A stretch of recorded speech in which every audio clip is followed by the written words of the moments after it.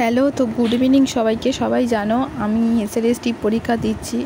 তো এসএলএসটি পরীক্ষা দিচ্ছি একটা বাচ্চাকে সামলে প্লাস সংসারের মোটামুটি কাজকর্ম সামলে কিভাবে আমি এসএলএসটি প্রিপারেশান নিয়েছি সেটা নিয়েই একটা ব্লগ বানাচ্ছি তোমাদের সামনে। দেখো, আমি অনেক আগেই উঠে গেছিলাম, সকাল সকাল উঠে খানিকটা পড়ে নিয়েছিলাম। তারপরে ছেলেকে তুলেছিলাম। ছেলে উঠে যাওয়ার পরে ওকে খাওয়ানো দাওয়ানো, ওকে সব কিছু করে দিয়ে ওকে স্কুলে পাঠিয়ে দিয়েছি।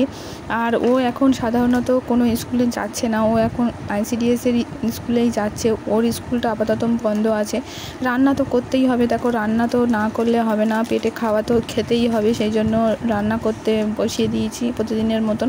সাধারণত অন্যদিন রান্নাটা সেরকমভাবে আমি হেল্পিং না করলেও আজকের আমার রান্নাটা করতেই হবে, তাই আমি রান্নাটা তাড়াতাড়ি করে বসিয়ে দিয়েছি। এদিকে আমার সকাল ভাত রান্না কমপ্লিট। তো সব দিনের মতো আমার সকালের রান্নাটা মোটামুটি কমপ্লিট।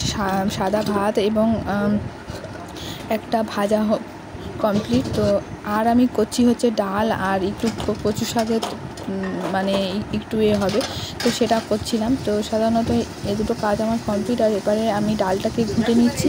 আর এবারে মা আবার বললো যে একটুখানি কচু শাক হোক আজকে, তো কচু শাকটা এনেছে।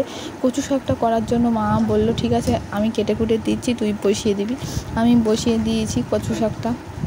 তো এবার দেখছি ডালটা এবারে আমি করে নিচ্ছি। এক হাতে ক্যামেরা নিয়ে ক্যামেরা করা প্লাস সব কিছু করা আমার পক্ষে খুব একটা সম্ভব হয় না, খুবই কষ্ট হয়। আর দেখো, যেহেতু একলা প্রিপারেশান নিচ্ছি এবং একলা একটা মা হিসাবে বাচ্চাকে সামলে রেখে সব কিছু সামলে পরীক্ষার জন্য প্রিপারেশান নেওয়াটা খুবই কঠিন হয়ে দাঁড়ায়। এর জন্য সাধারণত আগে থেকে প্রিপারেশান বেশি দরকার হয়।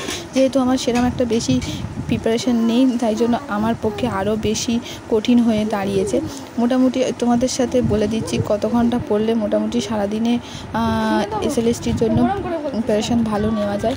তো এদিকে দেখো আরাস আমার কাছে এসছে, বলছে চিপস খাবো, চিপসটা ছিনে দাও।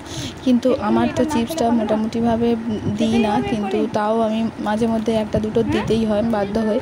তো বাচ্চাদের চিপস খেলে যেগুলো ফ্যাটি লিভার হয় বা কোনো শরীরের যে অনেকগুলো সমস্যা আছে সেগুলোকে জানা সত্ত্বেও তবু বাধ্য হয়ে একটা দুটো দিতেই হয়। অনেকে বলবে তুমি এত জানো মা, তবু কেন দিচ্ছ?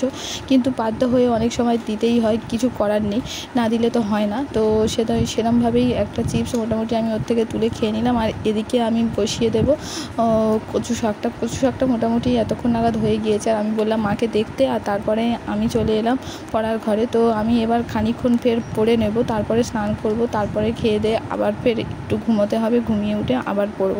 তো সাধারণত এইভাবে আমার সারাদিনটা চলে যাচ্ছে, এরমভাবেই প্রিপারেশান নিতে। তোমরা যারা এসএলএসটি এক্সাম দিচ্ছ তারা কীরকমভাবে প্রিপারেশান নিচ্ছ একটু আমাদের কাছে শেয়ার করো, ভালো লাগলে শেয়ার করো।